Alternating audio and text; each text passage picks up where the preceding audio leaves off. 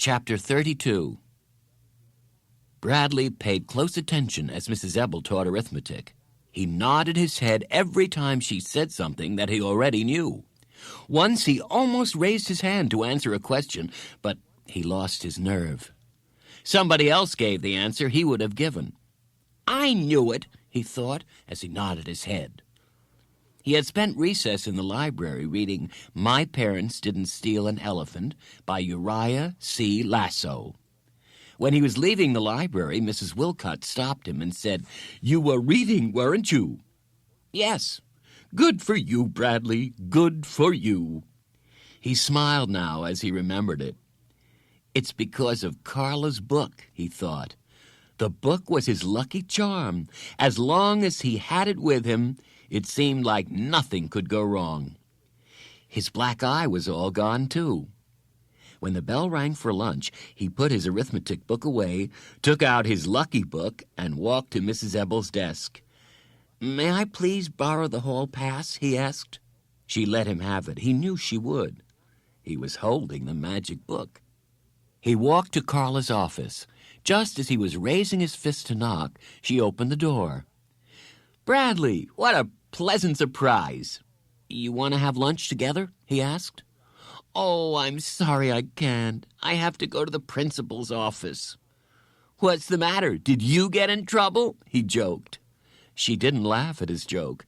She shrugged her shoulders, then headed toward the principal's office.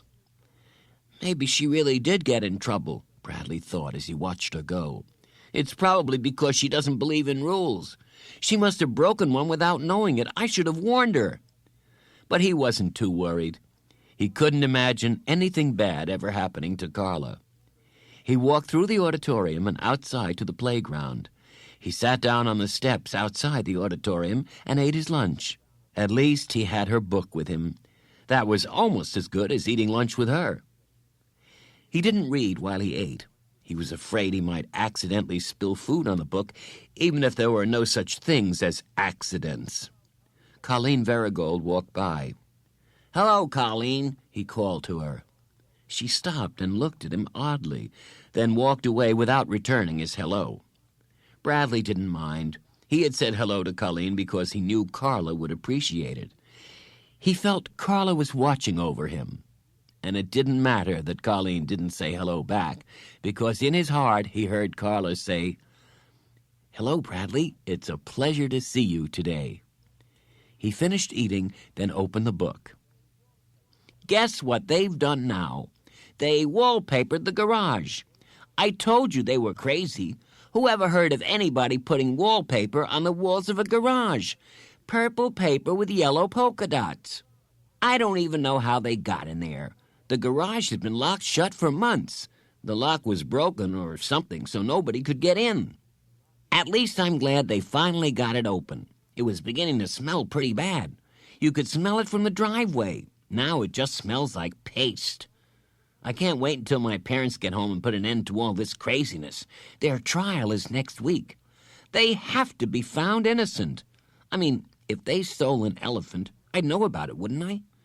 Where could you hide an elephant? "Look, he's reading," said Robbie. "I didn't know he knew how to read," laughed Curtis.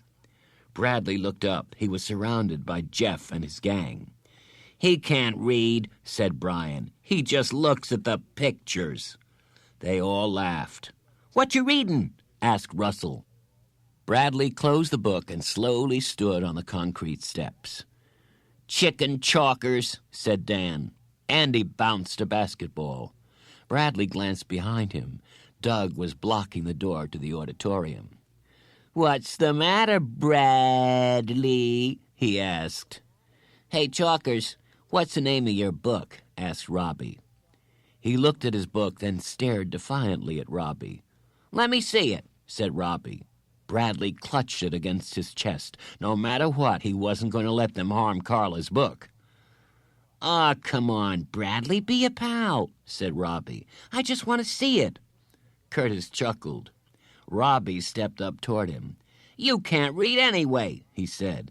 "Give it to me and I'll read it to you." He reached out and rested his hand on the book. Bradley jerked it away.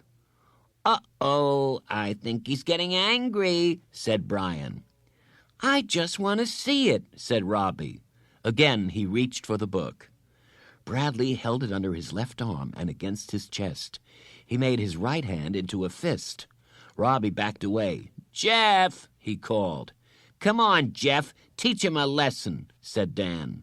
Jeff stepped between Andy and Russell. All right, said Curtis. Hold on, said Andy. Let him get off the steps. The boys backed up. Bradley, clutching his book, walked down the concrete steps to where Jeff was waiting. Do you want me to hold your book, Bradley? Said Andy. Bradley glanced at him. Don't worry, he said sincerely. I won't hurt it. Bradley handed Andy the book, then looked back at Jeff. They stood on a patch of grass and dirt and faced each other. The bruise around Jeff's eye had turned brown with a greenish tint. Jeff raised his fists. The other boys formed a circle around them. Come on, get him, Jeff, urged Brian. Give him another black eye, said Russell. Bradley readied himself. He raised his fists in the air, then lowered them. He had an idea. Hello, Jeff, he said. Robbie snickered. Jeff stared at him wide-eyed. Hello, Bradley, he replied. Bradley smiled. He held out his hand. Jeff smiled, too. It was his first honest smile in a long time. He shook his best friend's hand. The other boys were dumbfounded. No one said a word. Andy finally broke the ice. Do you like to play basketball, Bradley? He asked. Bradley looked at him bewildered. I'm not very good, he said. So? None of us are, said Jeff, patting him on the back. Now we'll have even teams, said Robbie.